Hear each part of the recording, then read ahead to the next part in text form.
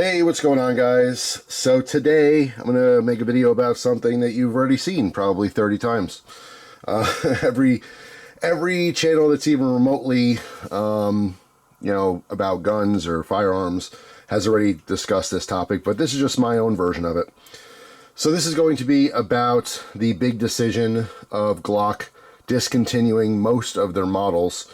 If you haven't heard, all right, this is recent news. It was speculated for a while, but now it's kind of unofficially confirmed that the Glock store had made a video about it. A lot of the, big dealers are talking about it. Glock, I don't think officially came out and said it yet, but it's really like unofficial official. It's going to happen, right? So I think it's November 1st of this year.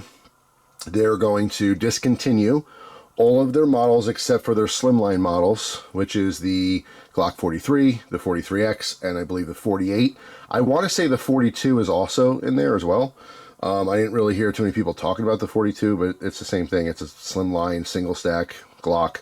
I believe it's because the internals are, maybe it's slightly different. But essentially, the whole thing here, and the reason I'm making my own video is because some of you guys, my viewers, may not have heard this. I mean, it's probably rare. If you're into guns, you probably subscribe to many channels, but maybe you don't. So I want to talk about it a little bit and my thoughts on it, because I don't think this is a choice by Glock. I think this is something they have to do if they want to stay a company. And so essentially, if you don't know, first off, this is my Glock 19, which will be discontinued. This is a Gen 3 anyway. I have an older Glock. I happen to really like all the Gen 3s for the full-size Glocks. I've had several. Right now, there's no magazine in here, just to show you. You guys are totally safe behind your computer screens, all right? Just in case you're curious about that. I promise, nothing's going to happen to you watching the video. So, yes, the whole thing has to do with the Glock switches. The Glock switch is a device which now could be 3D printed, and it basically replaces your slide plate here. Let me show you real quick, just in case you don't know. Once again, I don't know how YouTube's weird about showing guns being taken apart and put back together. I don't know why, but... So here's your slide, right? The slide plate can just be taken off. That's how you clean your internal parts. And you could take that plate off and put a device there instead, which turns your gun into a full automatic, all right, like a Glock 18. Now, the first thing is a full automatic Glock pistol can be legal if you get the proper paperwork. You get a tax stamp on it, make it a class 3. You could do that. But apparently a lot of gangsters out there are doing this illegally. They're buying the part, they're putting it on there, and then they think they're super cool, and they're committing crimes with them.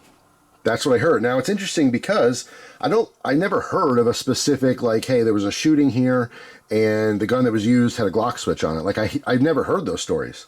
But apparently this has been going on for years. And every year that passes, there's more and more of them, that are coming out.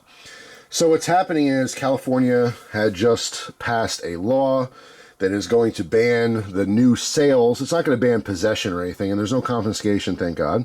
But it's going to ban the possession, or the new sales, excuse me, of Glocks that could be easily converted, right?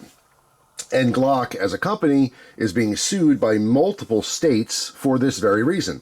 Their guns are just too easy to convert to full auto. Now, I don't really understand this from a legal aspect, because the part that you need to put on the gun to make it illegal is illegal. It's not like it's a legal item that you can put, like, if you could put two legal items together and it makes something illegal, like, I don't know how you're going to stop that anyway. There's so many illegal gun things you could do easily. For example, any rifle, you could cut the barrel too short. And if you do cut the barrel too short, which is an easy modification, it becomes an illegal weapon, right? So I don't really understand how this holds water in court. I don't get it. It's really a bunch of BS and politics. I mean, and I even said this on a couple comments. If you take any semi-automatic gun, and you could correct me if I'm wrong here, maybe I don't understand guns, but if you JB weld, let's say, the inside of, where the firing pin is, so the firing pin is exposed and rigid, and you lock the slide back, put a magazine in, now your magazine release button becomes your new trigger. If you drop that magazine, it's going to fire repetitively until there's no more ammo, right? It's not quite the same because you're not controlling it. You're basically just firing an entire magazine until it's empty. But you know what I'm saying, right? That you can easily, like these quotes here, easily modify any gun to be fully automatic.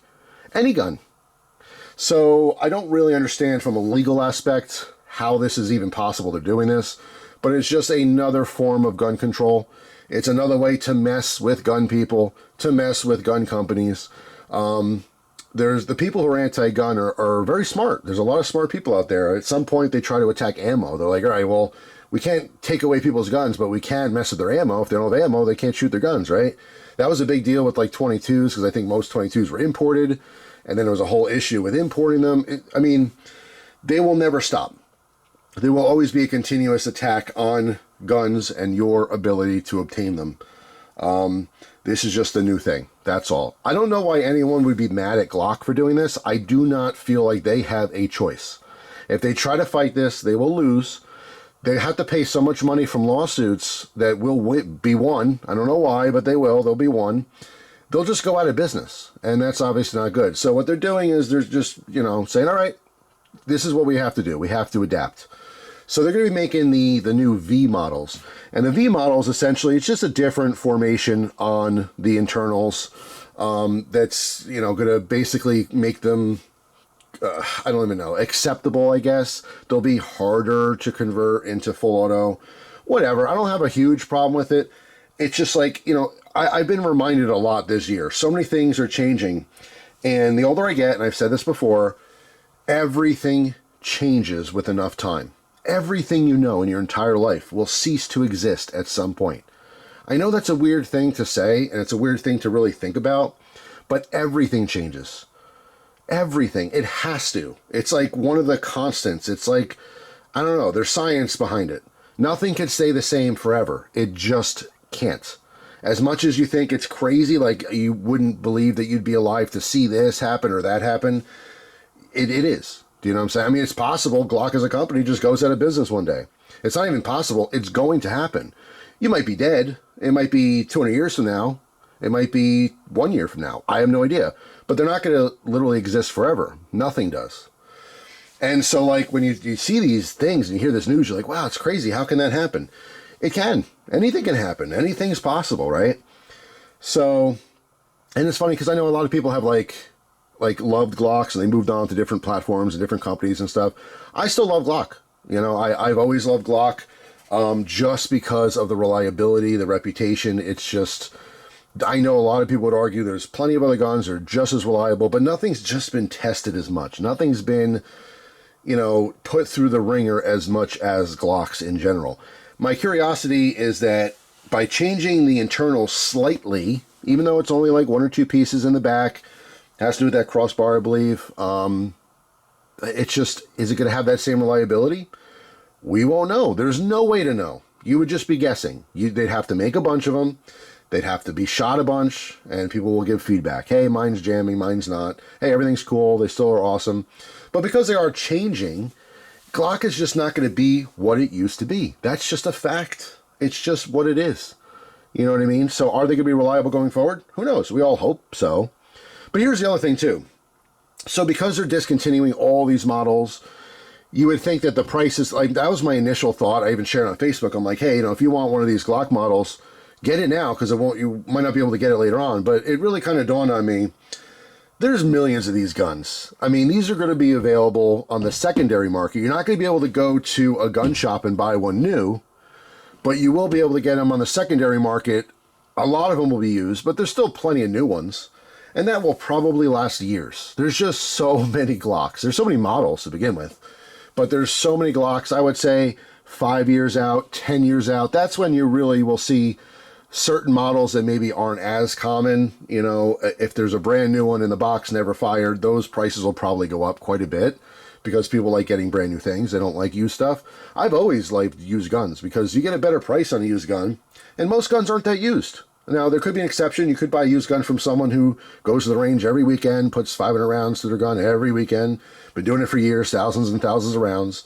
But the fact is, the majority of guns aren't very used. A lot of people own guns. They shoot a couple times, maybe once a year, maybe not even every year.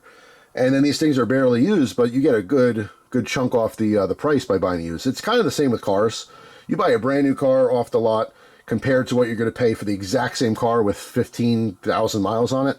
Yeah, it's not new anymore, but there's quite a price difference. Sometimes it's just worth it. It's worth it to buy it used. But yeah, so that's the news. I feel like it's unavoidable. They just can't do anything about it, so they're trying to still exist as a company. Good for them. That's what any company would do. I would not put any blame whatsoever on Glock. They didn't do anything wrong. They're just trying to survive this crazy, political war, I guess is what you can call it. The continuous attack on guns, and now the focus happens to just be Glock. But what bothers me is that they're going to change these laws, and they're going to force this upon the company, but it's not going to solve the problem. It's just not. There are so many of these guns available, and there's so many of those switches available. Nothing is going to stop these people. The people who are putting switches on and committing crimes are already criminals.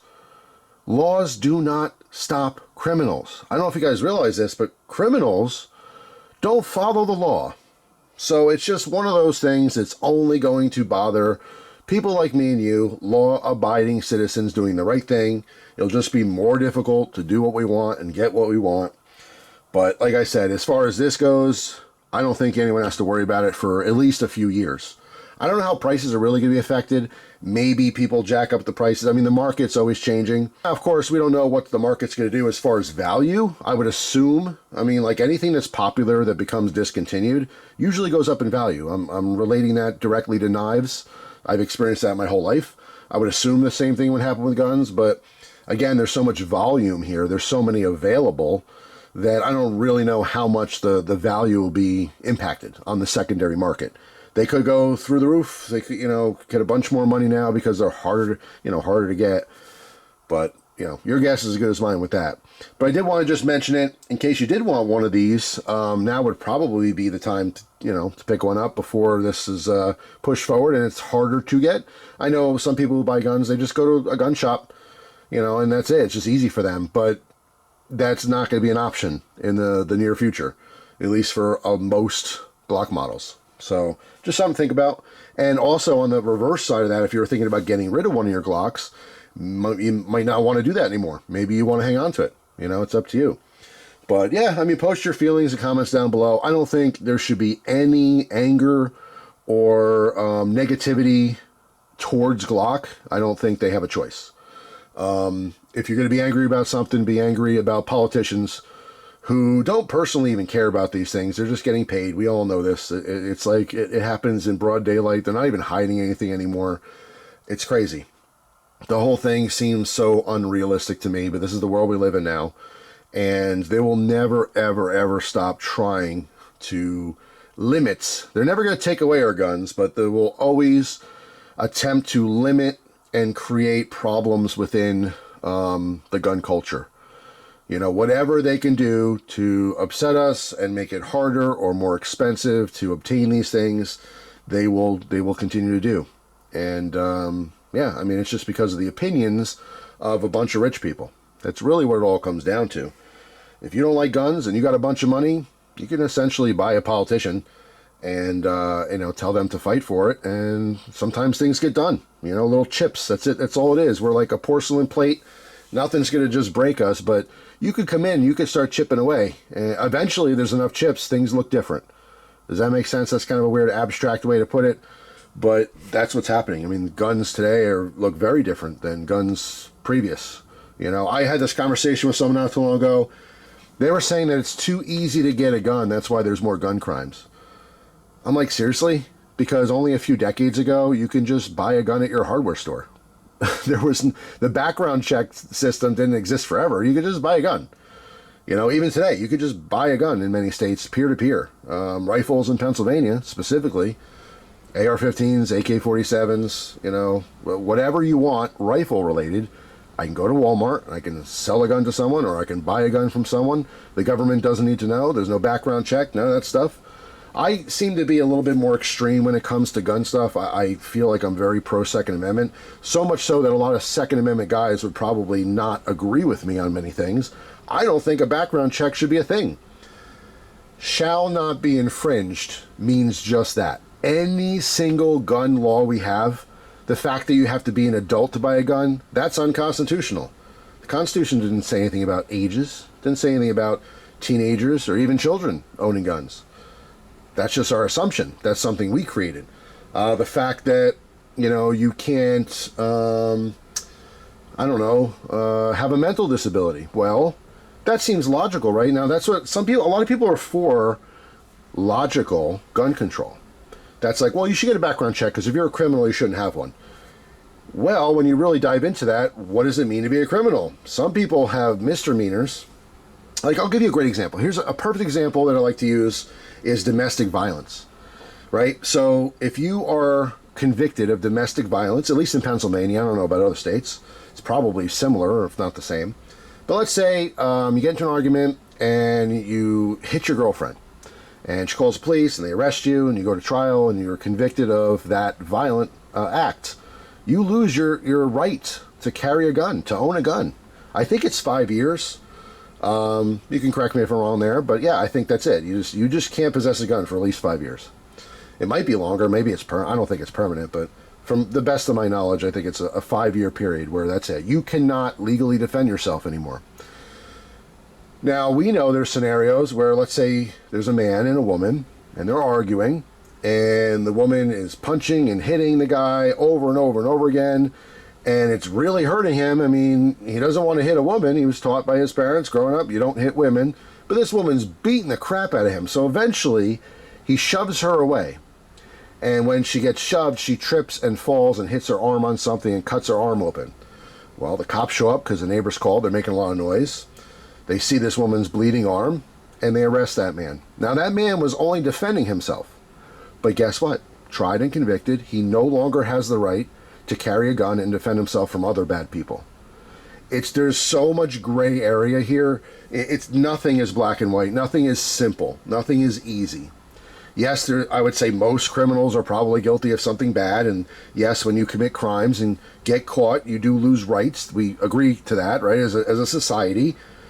And that's just, it's one of those things, but there's always a percentage of innocent people. There's a percentage of innocent people rotting in prison right now that are completely innocent, but, you know, just bad luck, I guess. It looked bad, and there they are, you know, life wasting away.